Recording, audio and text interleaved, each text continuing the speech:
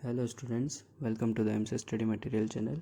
आज के सीखे प्रैक्टिकल लेक्चर में हम पढ़ेंगे स्केप सीक्वेंस के बारे में, स्केप सीक्वेंस और बैकस्लैश कैरेक्टर के बारे में, जो हम थ्योरी लेक्चर में पढ़ चुके हैं। उसके प्रैक्टिकल देखेंगे आज। ठीक है, इनको बैकस्लैश कैरेक्टर्स के नाम से हम याद रख सकते हैं। क्यों? क्योंकि ये जो भी स्टार्ट होते हैं तो पहले क्या आता है, उसमें बैकस्लैश आता है। ठीक है, इसलिए हम इसको क्या बोलते हैं, बैकस्लैश कैरेक्टर्स। जब भी ये स्टार्ट होंगे सबसे पहले क्या आएगा, बैक स्लैश आएगा। ठीक है, स्लैश कैसे है हमने देख लिया था। एक स्लैश है, ठीक है, वो पीछे की साइड झुका हुआ है। ठीक है, तो उसको बैक स्लैश बोलेंगे, जैसे अभी ये लगा। और आगे की साइड झुका होगा तो फॉरवर्ड स्लैश। जैसे कमेंट में है वो फॉरवर्ड स्लैश है, दो जो स्लैश है कमेंट में वो फॉरवर्ड स्लैश है। ठीक है, और उसका जो अपोजिट है, जो स्लैश है हमने लिखा, वो बैकवर्ड स्लैश है। ठीक है, तो जो स्केप सीक्वेंस होते हैं वो होते हैं slash A, slash B, slash F, slash N, back slash R, back slash T, back slash V, back slash दो बार, back slash single quote, back slash double quote, back slash question mark और back slash 000 भी बोल सकते हो, ओ भी बोल सकते हैं। याद रखने के लिए ओ लिख लेते हैं, वैसे स्लैश 0 से स्टार्ट होगा। ठीक है, और स्लैश XHH ऑक्टल और हेक्साडेसिमल के लिए, और लास्ट में स्लैश बैक स्लैश 0।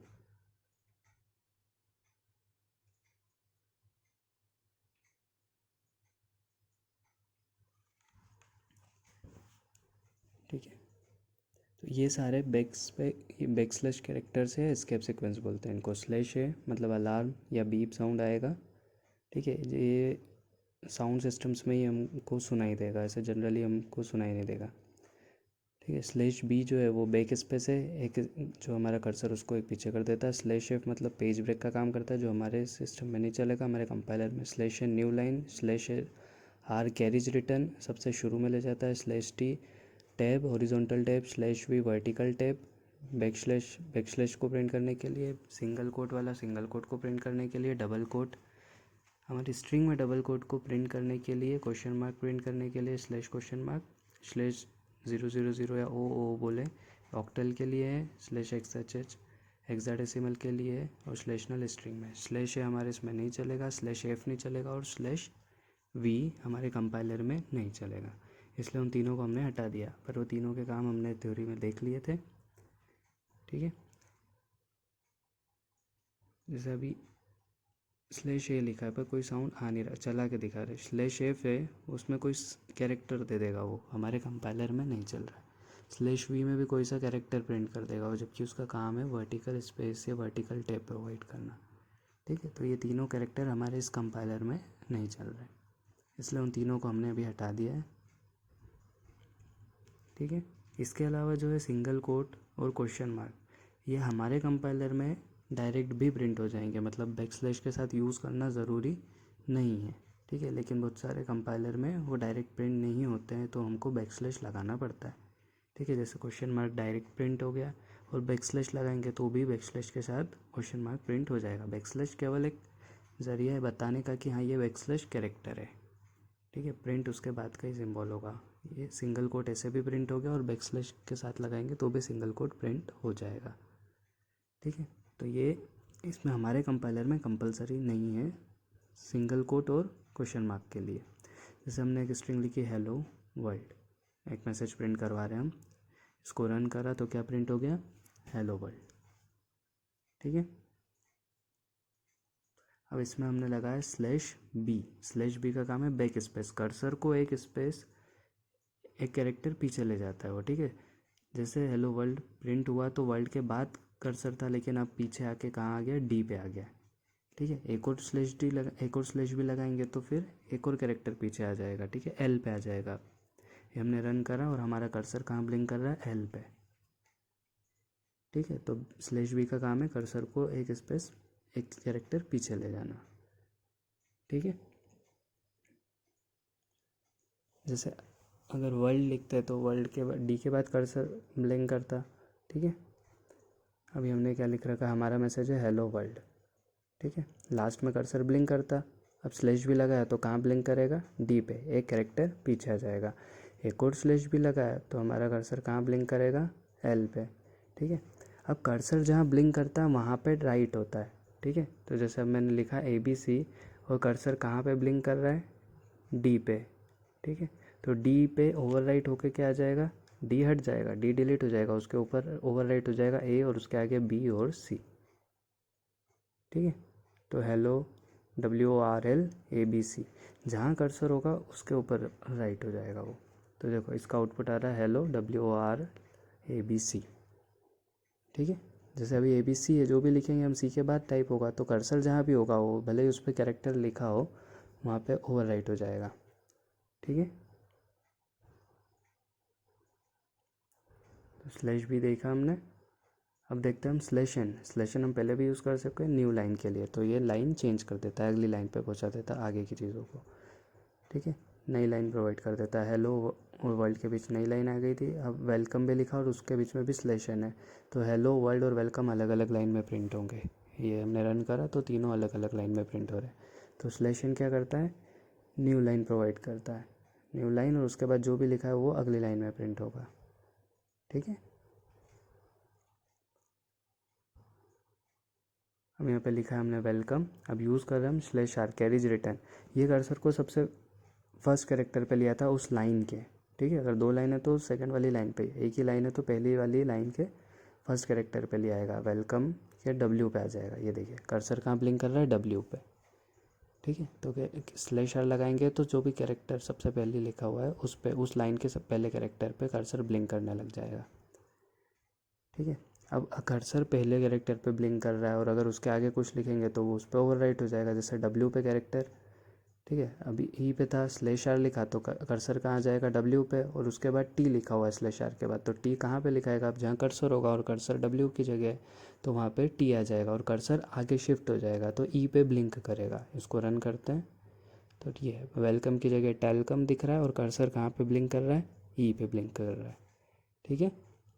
तो ये कैरेज रिटर्न का काम था, ठीक है। /b से कर्सर एक स्पेस पीछे जाता है एक कैरेक्टर, और /r से उस लाइन के पहले कैरेक्टर पे चले जाता है, और अगर उसके बाद कुछ कैरेक्टर लिखेंगे तो ओवरराइट कर देगा। /t एक टैब की स्पेस देता है, टैब में जितनी भी स्पेस होगी रिक्वायर्ड उतनी स्पेस प्रिंट हो जाएगी, ठीक है। कई बार अलग अलग भी हो जाती है, कई बार फिक्स है कैरेक्टर, जैसे हमको पता है।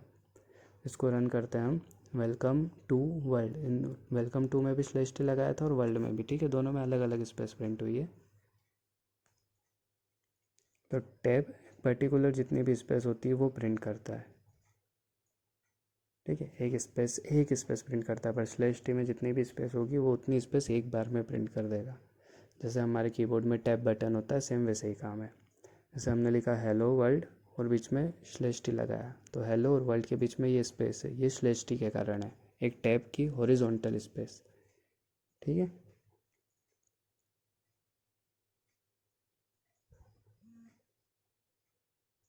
अब केवल मैंने / लगाया तो / प्रिंट हुआ क्या, नहीं प्रिंट हुआ, ठीक है। स्ट्रिंग में / लगाने से / प्रिंट नहीं हुआ। अगर हमको / प्रिंट करवाना है तो हमको डबल / लिखना पड़ेगा, ये कंपलसरी है, ठीक है। हम डबल / लिखेंगे तो एक / प्रिंट हो जाएगा, बैक / ये अब हेलो और वर्ल्ड के बीच में एक बैक / प्रिंट हो गया, लेकिन उसको प्रिंट कराने के लिए हमको क्या करना पड़ा, एक बैक / कैरेक्टर खुद लगाया और उसके बाद बैक / कैरेक्टर जो हमको प्रिंट करना वो दोनों, ठीक है।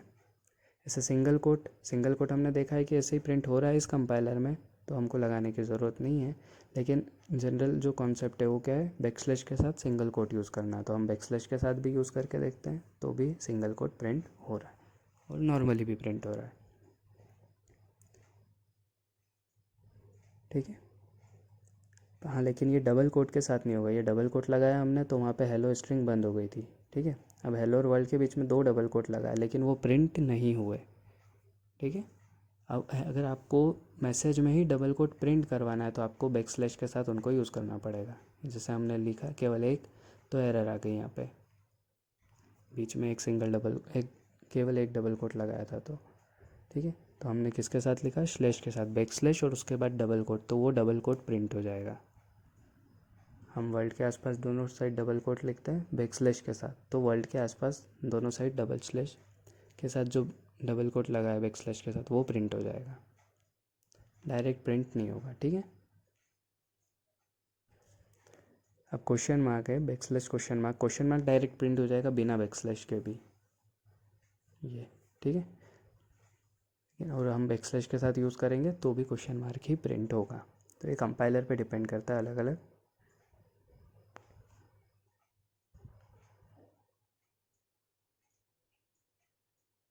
अब इसके बाद है स्लैश 000 ऑक्टल के लिए और हेक्साडेसिमल के लिए, इनको ध्यान से देखना। अब जो लिखा है फॉर्मेट वैसे ही होगा। ठीक है, स्लैश 000, तो स्लैश 0 से तो पता चलेगा ऑक्टल है, और उसके बाद जो 2 0 है वो ऑक्टल नंबर होंगे। ठीक है, केवल 2, तीसरे को वो कंसिडर नहीं करेगा, ये फिक्स्ड है। स्लैश 0 से पता चलेगा ऑक्टल है, तो पहला तो कैरेक्टर आएगा 0, और उसके बाद जो 2 कैरेक्टर है उससे पता चलेगा कि वो ऑक्टल नंबर है। ठीक है, उसके बाद कंसिडर नहीं करेगा, एज इट इज़ प्रिंट कर देगा। जैसे मैंने लिखा स्लैश 012, तो 12 एक ऑक्टल नंबर है, इसको हम किस में कन्वर्ट करेंगे, डेसिमल में, और उस डेसिमल नंबर में जो भी आस्की वैल्यू होगी कैरेक्टर की वो प्रिंट हो जाएगा। तो अभी कुछ नहीं प्रिंट हो रहा है, स्पेस प्रिंट हो रहा है। ठीक है, अब मैंने लिखा स्लैश 0123, तो 0 और 12 तो ऑक्टल था, लेकिन 3 को उसने कंसिडर नहीं करा, केवल शुरू के 3 विथ 0 को इंक्लूड करके 3 कैरेक्टर को ही लेगा वो। ठीक है, जैसे हम एग्जांपल देखते हैं A/0725। ठीक है, तो ए तो अलग कैरेक्टर है ही, स्लैश 0 मतलब ऑक्टल है, यहाँ से पता चल गया। उसके बाद के 2 कैरेक्टर 7 और 2 ही लेगा वो, मतलब स्लैश 072 लेगा। ठीक है, उसमें 72 क्या है, ऑक्टल नंबर है, उसको किस में कन्वर्ट करेंगे, डेसिमल में। ठीक है, और उस डेसिमल के रिगार्डिंग जो भी आस्की वैल्यू होगी वो प्रिंट हो जाएगी। ठीक है, तो जैसे 72 नंबर ये किस में है, हमारा ऑक्टल में है, उसमें ऑक्टल को जो कंपाइलर है वो किस में कन्वर्ट करेगा, डेसिमल में। तो 72 का डेसिमल क्या आएगा, ऑक्टल टू डेसिमल है, मतलब मल्टीप्लिकेशन होगा। तो 8 की पावर 0 इंटू 2 मतलब 1 इंटू 2 2, प्लस यहाँ पे 8 की पावर 1 इंटू 7, तो 8 7 सा 56 और 2 58। तो डेसिमल क्या आएगा 72 का, 58। और 58 किसकी आज की वैल्यू है, कॉलन की, 2 डॉट। ठीक है, तो स्लैश 072 की जगह क्या प्रिंट होगा, कॉलन, और उसके बाद 5, क्योंकि ये केवल 3 कैरेक्टर लेता है, तो A:5 आएगा। इसको रन करा तो आया A:5। ठीक है, तो हमको याद रखना है कि स्लैश 0 से ऑक्टल और उसके बाद केवल 2 कैरेक्टर लेगा। अब स्लैश XHH, स्लैश X से पता चलेगा हेक्साडेसिमल है, और उसके बाद केवल 2 कैरेक्टर ही कंसिडर होंगे, तीसरे कैरेक्टर में एरर आ जाएगी अगर 3 कैरेक्टर देने की कोशिश करेंगे। तो हम एग्जांपल देखते हैं, B/X 4A, स्लैश एक्स से हमको पता चला हेक्साडेसिमल है, और 4 है वो हेक्साडेसिमल वैल्यू है, तो हमको हेक्साडेसिमल से डेसिमल में कन्वर्ट करना है 4A को। ठीक है, तो 4A के रिगार्डिंग 4, इसको हम मल्टीप्लिकेशन होगा तो 16 की पावर 0 इंटू ए मतलब 10, मतलब 1 इंटू 10 10 हो गया, और 16 की पावर 1 इंटू 4, तो 64 प्लस 10 74। ठीक है, और 74 किसकी आज की वैल्यू है, कैपिटल J की। ठीक है, तो यहाँ पे क्या प्रिंट होगा, पहले आगे B और ये स्लैश एक्स हेक्साडेसिमल 4A के लिए कैपिटल J, तो BJ प्रिंट हुआ यहाँ पे। ठीक है, अगर आप तीसरी वैल्यू दोगे तो एरर आएगी, जैसे मैंने लिखा 4A1, तो यहाँ पे एरर आ जाएगी, न्यूमरिक कांस्टेंट टू लार्ज, ज़्यादा बड़ा हो गया, केवल 3 कैरेक्टर, स्लैश एक्स के सहित 3 कैरेक्टर, एक्स के बाद 4A केवल 2। अगर आपको अलग से प्रिंट करना है तो स्पेस देना पड़ेगी, तो अब स्पेस देके 1 प्रिंट हो जाएगा, BJ स्पेस 1। ठीक है, ये जो स्ट्रिंग में लिखा है थोड़ा ब्लर दिख रहा है, पर जैसे मैं बोल रहा हूँ उस हिसाब से आप कंसिडर कर लेना कि क्या लिखा हुआ है। ठीक है, और ये जो लास्ट हमारा स्केप कैरेक्टर है स्लैश 0, इसको हम बोलते हैं नल, मतलब इसका मतलब कुछ नहीं।